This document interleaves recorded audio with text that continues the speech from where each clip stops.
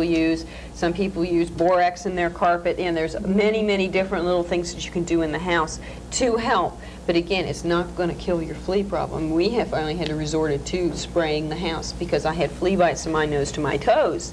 And I said, well, the chemical in the house and all my, for my daughter too, because she had bites, was better than getting bitten myself, and the dogs were really miserable. Sure. So it depends upon your problem, the extent of your problem, and how bad it is. The clinic And how frequently? You don't just use the most lethal sprays every week? Every week. The Adam pyrethrin spray, some of the nice other pyrethrin sprays are real nice, pyrethrin shampoos.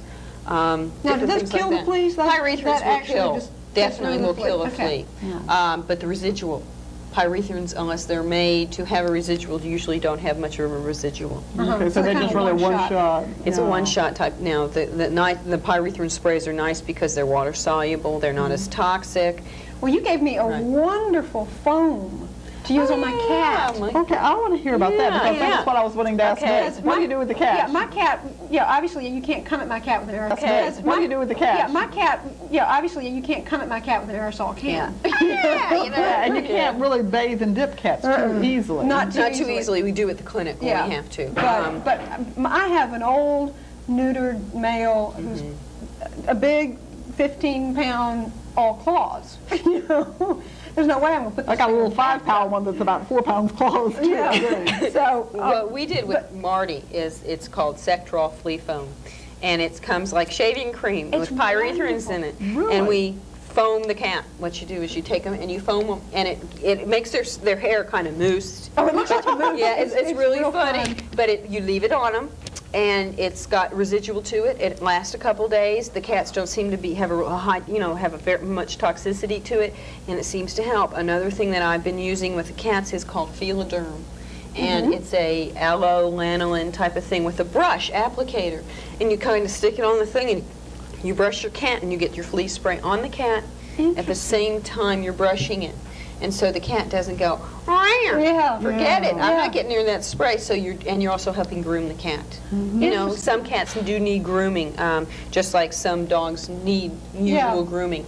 Like a big dog, like Eric needs his feathers trimmed and his tail trimmed and to be kept clean and brushed, every couple days, and a good bath every 2 weeks because they're running outside after the squirrels. In fact, they were interested in squirrels today. Umi is more care. He's got a heavier undercoat, so we use an undercoat brush on him and keep him fairly clean most of the time. He smells delightful. I don't know what you've done to him. They had baths today. But he's just part of that too, though, I found that the better the diet the animals have, the better they smell and the better their disposition. Oh yes, and you can tell an animal with a good diet by a lot of times by the smell of his mouth and their breath. Let's go take this call. Hello, you're on the air with Dr. Tillman.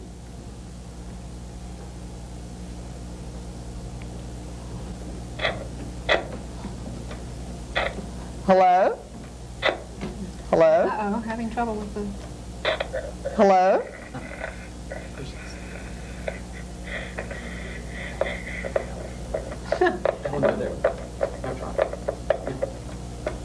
Hello? There. Hello? I think the telephone is kind of garbled, so we'll get Technical difficulties. Yeah, we'll get that straightened out. One thing I want to say until we can get the call is about a lot of preventive medicine, and we can prevent a lot of things. So older dogs get bad teeth. A lot of times it's diet and malformation of teeth and everything. So people should check their dog's teeth if it has bad breath. It's just not diet. A lot of times it can be bad teeth, decaying teeth. This creates infection in their mouth. They don't feel good. Oh, yeah. Take it to their veterinarian and have the teeth checked, because once you get the nice, I did some dogs today, and clean the teeth, and their breath smells delightful afterwards. Oh, so it was just... How often should you have your pet's teeth cleaned? Depends upon the animal. I would say check them every couple months, see how they're doing. A lot of animals that have bad teeth need their teeth brushed sometimes, or a gauze sponge over their teeth to help keep down the plaque and the tartar and the food buildup, this type of thing. Okay. So they have trouble with plaque and tartar the same way we do? Not as to the extent, but yes, they do. Eric, please behave yourself. Eric's behaving just beautifully. He's being there. So, He's a ham. Yeah. well, I think one of the reasons Eric is so nice, partly is because he has just a really nice people to live with, but partly is I do feel that the animals who have a good diet are just feel better and they're happier. That's right. Like we see a lot of hyperactivity with little dogs, and sometimes it can be related to their diet and Just a lot like in of the, children, Just then. like in children, a lot of the junk that they feed. You know, like Interesting. have a cookie, we'll have a cookie. Yeah. Sugars and chocolates and things like that that people feed their animals that they And really he was should. begging for it, so. Oh yeah, we'll feed them, and then they have obesity problems and things like this. And I would say those are the things that you really have to stop feeding your animals, is because Yeah, you're not- chocolate can be toxic to an Can it animal. really? It sure You can. talk to some Some adults. people too. Yeah. Bye, Eric, where are you going? Say goodbye. Umi, would you like to come on camera? Yeah, let's. Come on, son. Maybe kind of shuffle Eric. Eric on off. Come camera here. You- There you go. Well, we're Come all over over here, boy. Eric. You come over here with me, and let's get Umi, me. come on, son. Get your There. face in here. See, these are part of my family. These are my boys. Say yes. Well, they were delightful to drive over here with because Umi had his head in my lap most of the time.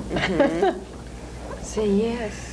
Eric, you're just having problems. Eric is the ham. He loves to be on camera. He So, thinks that's Umi is sneaky. just taking- This is the new one to the whole scene. Well, you said that he's still fairly young, even. He's 2.5. He's There, let me hook you up. I believe that Eric Eric is. Ham has just unplugged Michelle. Let me- He wants to be interviewed too. We Yes. have to get him his own mic. Yes, we got to get him his own mic. Now, Umi's young. He's 2.5. He hasn't fully matured yet. How old is Eric? He's about 6. Okay, so Yes. Eric is just in his prime. Yes, in his prime. Yes. Well, let me ask you some more questions. I know that you have, your veterinary practice is a little bit unique. Right. Which is why you're on the show. So, what are some of the things about your practice that you think that make it a little bit different? Well, I try to look at the whole situation that the animal is in, his environment, his diet. We take into consideration a lot of things. One thing that I do that help people out and help especially older animals, animals with problems, is I do acupuncture. And I want to insert here that you did acupuncture on my horse a couple of years Oh, yeah, I ago. forgot I did Yes. acupuncture. And her name was Vicky. Vicky. Yeah, that's right. I think we showed pictures of the horse one time on the show, so if you're a regular Yeah, right. watcher of the show, you Yeah, We've been following Vicky for I a number forgot of about years now. Vicky. Yeah. And you came out and you did an acupuncture on her, and you gave her some herbs and things that you thought would go along with We that. worked on her diet. Yeah, we did a lot of work with her I diet. believe that you went to do the food co-op and picked up lots of seaweed and some special Yeah. foods. And we did that, and she's a very picky eater, and when you said, well, I want you to get some seaweed for her, things like that, I was like, right, I'm going to get this horse to eat seaweed. She would chase me down to the barn when she saw me coming with this glop that I had cooked up for her. She ate everything, and she's never eaten everything in her life, and she cleaned it up, and I really think, a couple of years looking back, that it made a tremendous difference. Her back was terribly sore, and you did some liver work with her, and she's not nearly as touchy or nearly as sore. So, just a testimonial to say that, although acupuncture on a horse is kind of a strange thing to witness, A little bit. but it seemed to have really made a difference for her. Yeah, I remember you said it. You know, it was a big change. You could ride her, and she didn't wince and all Oh sorts of yeah, things. I had gotten to the point I couldn't put a saddle on her because she'd just scrunch up and was very painful, and now I can flop the saddle up, swing up on her, and she doesn't much care. Did it help her disposition Oh, too? tremendously, because she wasn't in pain. That was the only thing I could see, was that she wasn't constantly fearful that I was going to ride her, and so she's turned into this very mellow, kind of like Eric. An Eric horse, huh?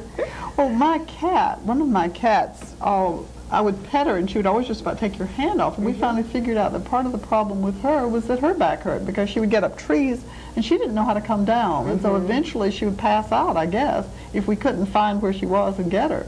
And I took her to a chiropractor, and her whole personality changed once she got rid of the pain. She wasn't in pain. It has a lot to do with it. Acupuncture, you know, works on the principle of relieving the pain and getting the energy flowing correctly into the body. Let me unhook myself. I can show some people some nice things to do with their animals. wonderful. Okay, Let's do. Eric, are you going to be good?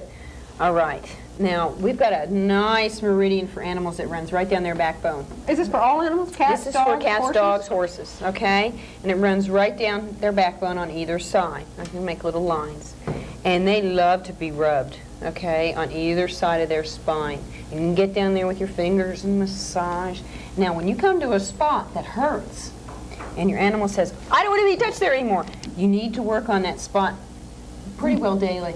Wow. Until it goes away. Until it goes away. If you notice a real problem, you need to see your veterinarian about it. Right, And say, sure. hey, you know, we've got a real problem with the body right here. What's going on?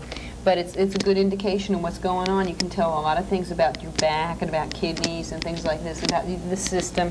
And just touch your animal. There's a nice book out called Animal Massage by Dr. Fox, Dr. Michael Fox. Really? Really Oh, nice really? book about how to touch your animals and how to give them a wonderful massage. A lot of the animals, look at Eric, see, he says, oh, He's touch just me some passing out. more. He's melting here on the floor. Ooh, he says, I love it, I love it.